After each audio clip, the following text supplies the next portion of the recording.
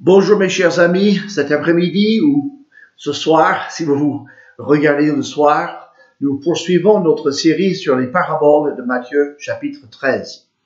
Et ces paraboles dans Matthieu chapitre 13, bien sûr, concernent le royaume des cieux et appelé en Luc le royaume de Dieu. Et dans donc cette intervention de Jésus-Christ dans l'histoire du monde, sur la terre, il sème dans le cœur des hommes un message. Ce message, c'est l'Évangile, et il y a, selon la première parabole, 4 résultats différents. Donc, bien sûr, le meilleur, c'est la bonne terre qui produit du fruit. Dans la deuxième parabole, on l'a vu récemment, celle du blé et de l'ivraie, on voit l'activité du diable. Et sa stratégie consiste à semer l'ivraie dans le blé et donc semer des faux chrétiens parmi les vrais chrétiens pour semer la confusion. Il veut infiltrer l'assemblée des rachetés avec des personnes qui ont l'apparence d'être des enfants de Dieu, mais en fait qui ne le sont pas. Et le but qu'il poursuit, c'est de compromettre l'Église et la souiller, lui enlever sa puissance et sa pureté. Dans les deux paraboles, Jésus les explique, les interprète pour nous, et donc il donne des symboles qu'il faut toujours avoir à l'esprit. Par exemple, la terre, le champ, représente l'humanité en général. Le semeur désigne le Fils de l'homme, Jésus. Et la semence, dans la première parabole, représente son évangile, son message. Dans la deuxième parabole, la semence représente les fils du royaume, ou ceux qui vont croire à ce message-là. Et donc, les paraboles de Matthieu 13, les paraboles du royaume des cieux, désignent ce qui se passe entre sa première venue, donc pour enseigner, pour mourir et pour ressusciter, et son retour, il viendra à la fin de la tribulation pour juger et pour régner. Puisque Jésus, quand il enseigne, ne change pas la signification des symboles qu'il emploie dans ses paraboles, nous avons des clés pour comprendre les paraboles qui viennent, puisque celles-ci ne les interprètent pas pour nous. C'est un peu comme si le Seigneur nous disait, voici, je vous ai expliqué les 2 premières paraboles, à vous de continuer avec les indices que je vous ai donnés. Donc, c'est une lourde tâche quand même, c'est prendre un risque, bien sûr, mais avec l'aide de Dieu, c'est ce que nous voulons essayer de faire, comprendre les paraboles que Jésus a données, mais pour lesquelles il n'a pas donné d'interprétation. Mais nous allons rester avec ces règles d'interprétation, c'est-à-dire les symboles représentent les mêmes choses. Alors dans la parabole qui nous occupe ce soir, nous avons un grain de sénévé. Et ce grain de sénévé, et bien sûr, devient un arbre. Cet arbre reçoit des oiseaux qui viennent se loger dans ses branches. Nous le lisons en Matthieu chapitre 13, à partir du verset 31.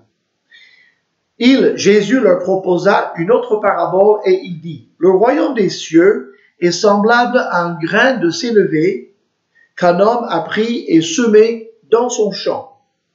C'est la plus petite de toutes les semences, mais quand il a poussé, il est plus grand que les légumes et devient un arbre, de sorte que les oiseaux du ciel viennent habiter dans ses branches. » Alors, bien sûr, Jésus, ici, il dit le royaume des cieux est semblable à un grain de sénévé, et puis il dit le grain de sénévé devient un arbre.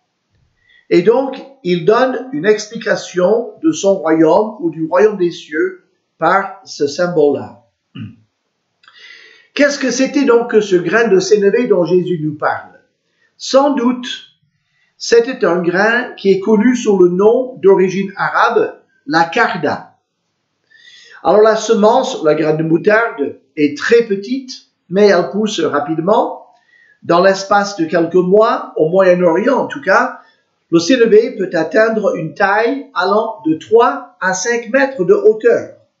Et elle peut pousser des sortes de branches qui partent en éventail, ce qui donne un assez agréable ombrage. Donc, C'est pas comme un épi de blé, c'est quand même beaucoup plus haut que ça. Et ce grain, quand il est ouvert, quand il est légèrement abîmé, donne un goût assez épicé et affectionné par les oiseaux. Donc les oiseaux viennent volontiers dans les plants de sénévé pour manger des grains de sénévé. Mais, comme on vient de le voir, c'est un grain de sénévé et non pas un grain de blé. Et c'est pourtant, il s'agit du royaume des cieux. On a vu que dans les deux premières paraboles, c'est un grain de blé qui représente l'évangile ou qui représente les fils du royaume. Le grain de sénévé, ici, doit symboliser sans doute la croissance rapide, immense, du royaume des cieux à partir du plus petit des commencements. C'est bien là le sens de la parabole. Quelque chose est tout petit et devient quelque chose de très grand. Donc, le grain de sénévé peut représenter, par exemple, la taille du groupe des croyants et la croissance de ce groupe, croissance exponentielle. Ça a commencé très petitement, bien sûr. En 3 ans et demi de ministère, Jésus, qui commençait seul, s'adjoint 12 disciples. Quelques autres personnes les suivaient. Jésus est suivi par la foule et il se dégage de cette foule des disciples. Ce qui fait que dans la chambre haute, entre sa résurrection et son ascension, et après son ascension, en attendant le jour de Pentecôte, on nous parle de 120 croyants. Donc, le sénévé, petit groupe de croyants, 120, c'est quand même pas énorme. Le jour de la Pentecôte, après sa résurrection et la prédication de l'Évangile, le jour de la Pentecôte, la Bible dit 3000 âmes se convertissent. Imaginez de passer de 120 à 3120 en un jour. Après, il y a des persécutions qui commencent dans la ville de Jérusalem et qui vident peu à peu les habitants de cette capitale juive et qui se répandent dans divers coins de l'Empire romain en y apportant l'Évangile. On trouve par exemple l'église d'Antioche en Syrie, une belle église missionnaire. Ensuite, vous avez des voyages missionnaires de Paul. Et en suivant ces voyages, on voit que l'évangile pénètre en Asie mineure, aujourd'hui c'est la Turquie. Et puis il va en Macédoine et donc il touche le péninsule grecque aussi avec l'évangile. Nous savons qu'il a fini à Rome, où il y avait déjà une église et des croyants étaient à Rome et plusieurs autres. Les apôtres se sont répartis, répandus à travers l'Empire romain.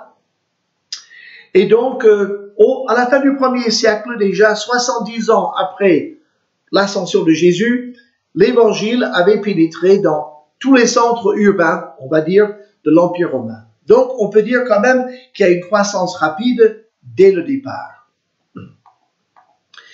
Ça, c'est le grain de sénévé. Donc, un tout petit groupe qui grandit rapidement. Mais il y a dans cette parabole une anomalie.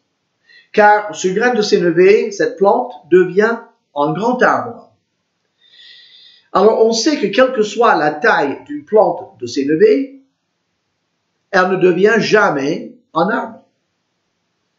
Une herbe pousse très rapidement, mais aucune herbe n'a le bois d'un arbre et ces plantes ne se renouvellent chaque saison.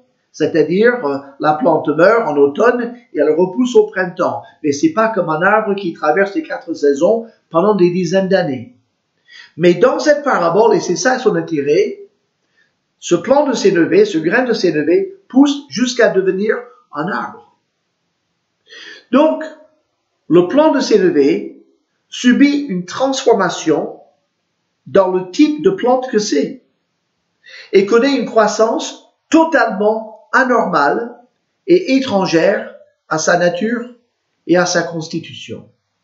Ce n'est plus un simple plant de sénévé, c'est un arbre qui vient d'une plante de sénévé, oui, mais qui n'est plus dans la nature de la graine du départ. Ça nous amène à la question, justement, dans la Bible, que symbolise un arbre? Est-ce que des arbres sont utilisés pour symboliser quelque chose? Eh bien, dans la littérature des paraboles de la Bible, Un arbre représente la domination ou l'empire, quelque chose ou quelqu'un de puissant. Nebuchadnezzar est comparé à un grand arbre. En Daniel, chapitre 4, il dit, un grand arbre qui poussait des branches, qui couvrait toute la terre, c'est toi, Nebuchadnezzar, et des oiseaux du ciel viennent dans ces branches, tu nourris beaucoup de gens, tu règnes sur beaucoup de choses. Dans une vision qui est donnée à Ézéchiel et rapportée à Ézéchiel chapitre 17, l'un des derniers rois de Juda est comparé à la cime d'un arbre. Il est comparé aussi à un saule, il est planté comme un saule, et il est comparé à une vigne. En Ésaïe chapitre 2, versets 12 et 13, nous lisons ceci. « Car il y a un jour pour l'Éternel des armées contre tout homme orgueilleux et hautain, contre quiconque s'élève, afin qu'il soit abaissé, contre tous les cèdres du Liban, hauts et élevés. » Ici donc, un grand cèdre, magnifique arbre, est comparé à quelqu'un de hautain ou d'orgueilleux. Donc, les arbres représentent quelque part des gens qui ont une puissance, qui ont de la présence, qui s'élèvent, qui dominent. Jésus donc a commencé par quelques troupeaux qu'il appelle petits troupeaux, quelques brebis, on va dire, qu'il appelle petits troupeaux. Après son ascension, l'Église a eu une croissance rapide, mais est terriblement persécutée dès les premiers jours de la part de Satan, de par les pharisiens, les sadducéens et ensuite par les païens. Tous les apôtres, à l'exception de Jean, ont été martyrisés pour leur foi. Et donc, vous avez en gros 3 siècles de souffrance et de persécution de la part du monde extérieur contre le christianisme. L'Église chrétienne, malgré ses martyrs et malgré ses souffrances, reste forte, reste pure, reste vraiment dans la volonté de Dieu. Mais sous le règne de Constantin, dans les premières décennies du IVe siècle, 320-325, Constantin a déclaré l'Église d'être l'une des religions favorisées par l'Empire romain.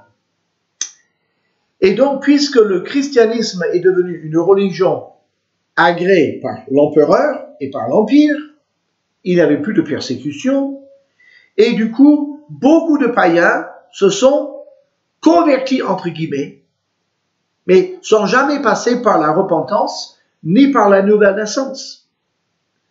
L'Église du Seigneur, qui était un organisme vivant, persécuté, mais pur, et qui grandissait d'une manière saine, est devenue, dans l'espace de quelques dizaines d'années, une organisation religieuse et politique.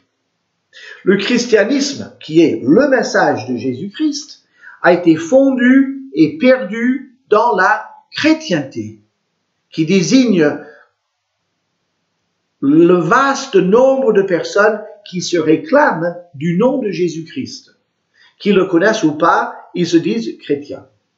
Donc, ce grain de sénévé, ce petit groupe qui grandit rapidement, est devenu autre chose. Il est devenu un arbre, grand et étendu, symbole de la dignité et de la grandeur terrestre.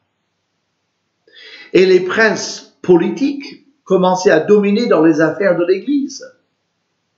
En Matthieu chapitre 20, par exemple, on peut regarder là, en Matthieu chapitre 20, à partir du verset 25, Jésus appelle ses disciples et leur dit, « Vous savez que les chefs des nations les tyrannisent et que les grands les asservissent. Il n'en sera pas de même au milieu de vous, mais quiconque veut être grand parmi vous, qu'il soit votre serviteur, et quiconque veut être le premier parmi vous, qu'il soit votre esclave. C'est ainsi que le Fils de l'homme est venu, non pour être servi, mais pour servir et donner sa vie comme la rançon de beaucoup. » Jésus dit ici clairement que les responsables de l'Église doivent l'imiter en étant humbles des serviteurs.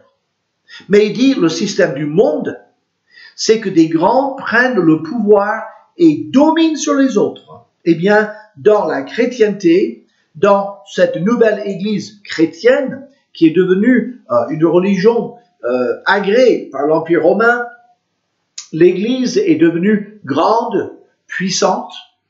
L'Église a été corrompue et a perdu sa simplicité en Christ. Elle est devenue grande, riche et glorieuse, mais elle a perdu la ressemblance à Christ, qui lui était doux et humble de cœur. Vous souvenez-vous ce qu'il a dit? Prenez mon joug sur vous et apprenez mes instructions, car je suis doux et humble de cœur, et vous trouverez le repos de vos âmes. Cette période de l'Église, la période où elle passe d'un organisme à une organisation, et nous parlons là bien sûr de cette institution qui se réclame de Jésus-Christ, dite l'Église chrétienne, mais l'apôtre Jean en parle dans l'Apocalypse chapitre 2. C'est le Saint-Esprit qui écrit à une église qui s'appelle celle de Pergame. À partir du verset 12, Apocalypse 2, à partir du verset 12. Écrit à l'ange de l'église de Pergame. Voici ce que dit celui qui a l'épée aiguë à deux tranchants. C'est Jésus-Christ. Je sais où tu demeures. Je sais que là est le trône de Satan. Tu retiens mon nom et tu n'as pas renié ma foi, même au jour d'Antipas, mon témoin fidèle qui a été mis à mort chez vous, là où Satan a sa demeure. Mais j'ai quelque chose contre toi, c'est que tu as là des gens attachés à la doctrine de Balaam, qui enseignait à Balak à mettre une pierre d'achoppement devant les fils d'Israël, afin qu'ils mangent des viandes sacrifiées aux idoles et qu'ils se livrent à la débauche. De même, toi aussi, tu as des gens attachés pareillement à la doctrine des Nicolaïtes. Repens-toi donc, sinon je viendrai à toi bientôt et je les combattrai avec l'épée de ma bouche. Le Seigneur Jésus reproche à cette église de Pergame d'avoir en son sein des gens qui enseignent l'idolâtrie et qui suivent la pensée de Balaam, c'est-à-dire au lieu de persécuter les croyants, au lieu de persécuter le peuple d'Israël ou d'essayer de se battre contre lui, Balaam, le prophète, Balak, le roi de Moab, Balaam a proposé à Balak d'envoyer des femmes moabites auprès des Israélites pour les séduire, les amener à l'idolâtrie, afin que Dieu lui-même juge le peuple d'Israël. Et ici, c'est donc ce à quoi fait allusion l'apôtre Jean. Il viendra un temps dans l'histoire de l'Église où l'Église sombrera, pour une grande partie, dans le paganisme et dans l'idolâtrie. Et c'est bien ce qui s'est passé à partir de l'empereur Constantin et par la suite, donc à partir du IVe siècle. Donc, voilà pour l'arbre. Maintenant, parlons des oiseaux logés dans ses branches. Que symbolisent les oiseaux dans la littérature des paraboles, la littérature symbolique de la Bible? Eh bien, dans la première parabole de ce chapitre, Matthieu 13, les oiseaux ont mangé les semences tombées le long du chemin. Et dans son explication, Jésus dit, c'est le malin qui est venu chercher ces semences pour enlever la parole de l'évangile avant que les gens ne puissent le recevoir. Donc, les oiseaux en Matthieu 13 symbolisent le malin. Souvenez-vous du songe du panetier du temps de Joseph. Le panetier qui était en prison avec Joseph a dit, j'ai rêvé que j'avais 3 corbeilles de pain sur ma tête et j'allais vers Pharaon et les oiseaux du ciel sont venus manger le pain qui était dans mes paniers. Et Joseph a dit, l'interprétation, c'est que dans 3 jours, tu mourras. Pharaon te mettra à mort. Donc les oiseaux qui venaient chercher du pain dans le panier dans ce songe symbolisent le jugement et la mort. Ce n'était pas donc des oiseaux de bon augure. En Genèse chapitre 15, verset 11, Dieu demande à Abraham de prendre plusieurs animaux, de les couper en deux et de faire un petit chemin dans lequel lui va passer. c'est un vœu que fait l'Éternel de donner à Abraham la terre d'Israël par la suite. Donc, Abraham le fait. Mais bien sûr, comme ce sont des cadavres d'animaux en pleine herbe, en pleine nature, les oiseaux, donc des oiseaux de proie, viennent essayer de manger ces cadavres et Abraham doit les chasser. Donc, les oiseaux, dans la plupart des mentions de la littérature symbolique de la Bible, symbolisent le malin ou le mal. L'une des malédictions les plus terribles de l'Ancien Testament, quand l'Éternel disait vous êtes maudits, une des terribles choses pour un juif serait de mourir, d'avoir son cadavre qui tombe dans les champs et d'être mangé par les oiseaux. Et donc, les oiseaux dans la Bible, dans la littérature symbolique de la Bible, de cette manière-là, symbolisent le mal. Bien sûr, Jésus a parlé de quand un oiseau tombe du ciel, votre Père le sait, il n'y en a pas un qui tombe de son nid sans que le Père ne le sache. Dieu se met en peine des oiseaux, donc les oiseaux ne sont pas en eux-mêmes mauvais, mais c'est le sens symbolique. Les oiseaux, de toute façon, cet arbre, il est bizarre, il est monstrueux, il n'est pas selon le plan de Dieu. Jésus décrit ce qui va se passer avec son nom et son message. Il dit, ça va devenir une monstruosité et les oiseaux viendront loger dans ses branches. Donc ces oiseaux ne peuvent pas être quelque chose de bon. Les oiseaux, bien sûr, ne font pas partie de l'arbre, mais ils profitent de son fruit et de son ombrage pour vivre et pour prospérer, aux dépens de l'arbre. Et ils doivent symboliser les sectes, les mouvements religieux qui se réclament du nom de Christ, mais qui ne croient pas à l'identité du Christ des Écritures et qui se servent de son nom pour faire vendre leurs fausses marchandises. Tout comme le Seigneur a permis à Job d'être éprouvé par Satan, comme il a permis à Pierre et Jésus a dit, Satan t'a cherché Simon pour te cribler comme le froment, ainsi Dieu permet aux oiseaux de mauvais augure, des oiseaux qui représentent des sectes pernicieuses, des faux mouvements chrétiens, de loger dans la structure qui se réclament de son nom. Et il y a beaucoup de mouvements aujourd'hui qui se réclament du nom de Jésus-Christ. Je pense par exemple à la science chrétienne. C'est une mouvance qui est moins connue, mais qui n'est ni science ni chrétienne. Je pense aux Mormons, aux témoins de Jéhovah et à bien d'autres, beaucoup de mouvements qui se disent, nous sommes chrétiens, mais ils ont d'autres livres. Jésus n'est pas vraiment le Fils de Dieu. Jésus n'est pas Dieu. Jésus est un modèle, etc., etc. Donc, des gens qui se disent chrétiens, qui sont dans l'arbre, qui profitent de la chrétienté, des structures de la chrétienté, de la puissance de la chrétienté, du pouvoir politique de la chrétienté, mais qui n'ont rien à voir avec la personne de Jésus-Christ. Maintenant, parlons de cet arbre et de son histoire. Suivons un peu ce qui est devenu ce qu'on appelle l'Église chrétienne dans l'histoire de ces 20 derniers siècles.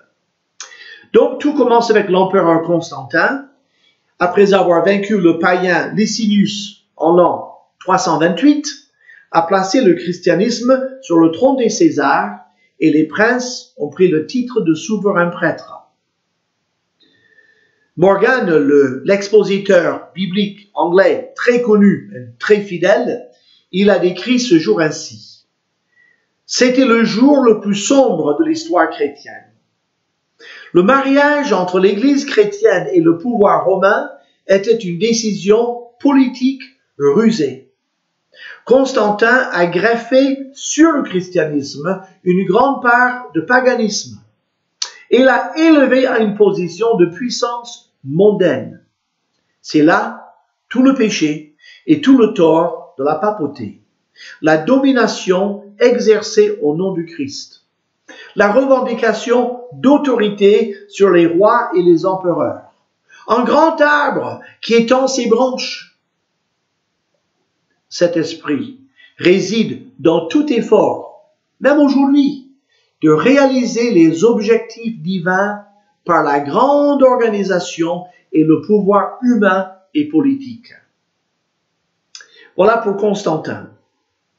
Alors, avec Constantin a démarré la doctrine qu'on appelle la régénération par le baptême.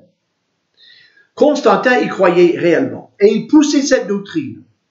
On devenait donc chrétien uniquement par un acte de baptême accompli par un prêtre, sans aucune foi, aucune repentance, aucun changement de vie. On devait dire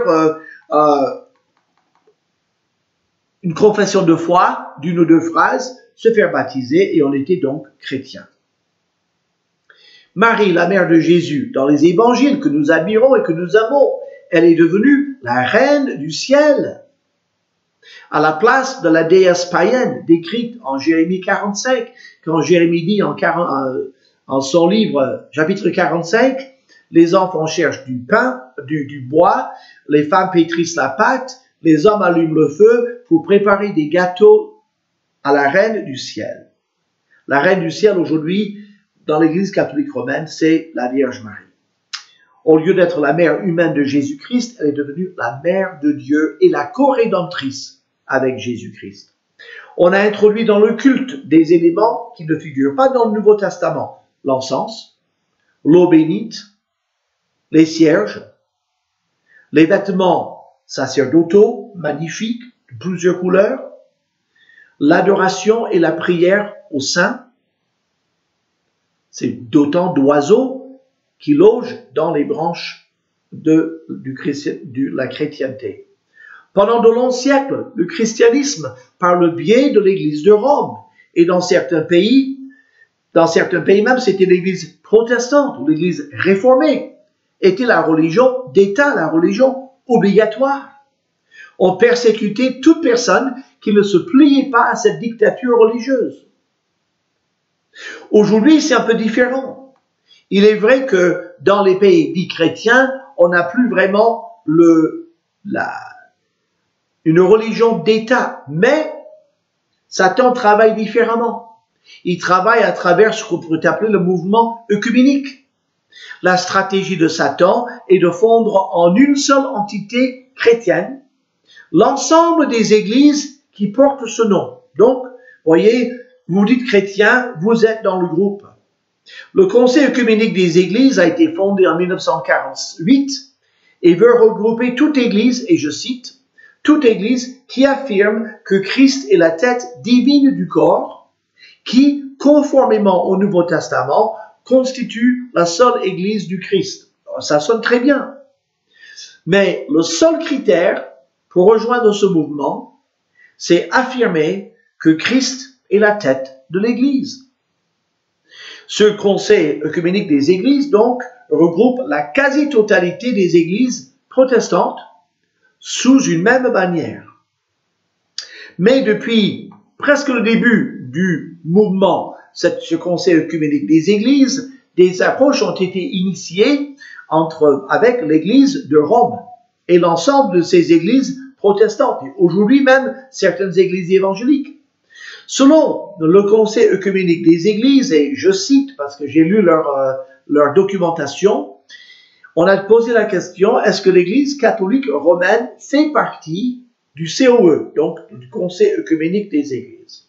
Voilà la réponse.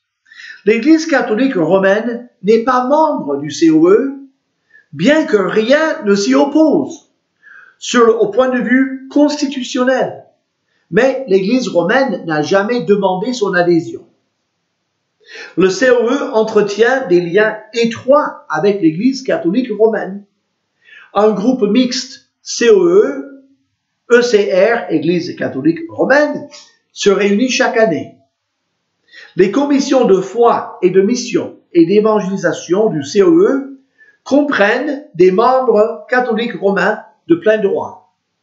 Un consultant catholique romain collabore avec le personnel du COE sur les questions missionnaires et le corps professoral de l'Institut œcuménique de Bossé compte un professeur catholique romain. Alors vous avez l'Église catholique romaine qui ne fait pas partie du Conseil œcuménique des églises, mais qui sont qui travaillent quotidiennement avec eux dans différents domaines.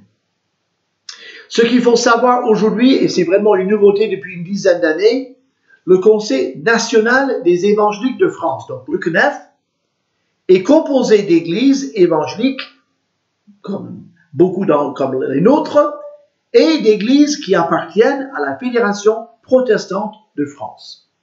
La Fédération protestante de France fait, elle, partie du Conseil œcuménique des églises. Et donc, il a des relations suivies avec l'Église de Rome.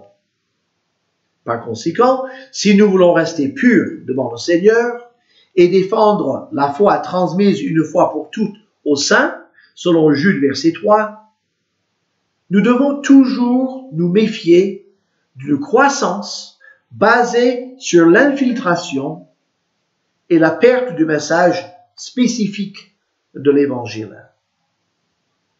Pour conclure, j'aimerais vous citer quelques paroles de Jésus. Que vos reins soient sains et vos lampes allumées, et vous, soyez semblables à des hommes qui attendent que leur maître revienne des noces, afin de lui ouvrir dès qu'il frappera. Heureux ces serviteurs que le maître, à son arrivée, trouvera veillant. Luc chapitre 12. Dieu nous demande de veiller. Partout dans la Bible, il dit à ses serviteurs, veillez. Soyez attentifs. Ne vous laissez pas prendre. Et pour ce qui vous concerne, vous et moi, sur le plan personnel, il y a deux manières de faire l'œuvre de Dieu. Il y a la manière divine, c'est-à-dire rester fidèle à la parole révélée, rester dans la dépendance du Saint-Esprit, rester dans la simplicité du Christ, quitte à souffrir pour lui, mais sans rien renier de son message. Soit fonder des grands mouvements pour avoir une puissance politique, pour avoir une influence sur la société, pour être quelqu'un, pour construire une sorte de tour de Babel, même si on met le nom de Jésus-Christ en haut de cette tour, c'est quand même une tour de Babel. Ce n'est pas l'œuvre de Dieu. Souvenons-nous de ces paroles en Matthieu chapitre 7. Jésus a dit en ce jour-là, bien des gens diront, Seigneur, Seigneur, n'avons-nous pas prophétisé par ton nom et fait des miracles par ton nom? Alors je leur dirai, je ne vous ai jamais connu. Retirez-vous de moi, vous qui commettez l'iniquité. Que le Seigneur nous garde fidèles. Faisons partie de ce grain de sénévé, mais ne nous associons pas à cet immense arbre. Prions Dieu. Notre Dieu et Père, nous voulons te remercier de ces instants que tu nous as donnés et nous te prions que tu nous gardes fidèles à travers les jours qui viennent, qui s'annoncent sombres à cause de la multiplicité des compromis et des dangers qui guettent l'Église de Jésus-Christ. Nous ne cherchons pas à nous imposer, nous cherchons et nous aspirons toujours chercher uniquement à te rester fidèle jusqu'à ton retour. Au nom de Jésus. Amen. Que le Seigneur vous bénisse.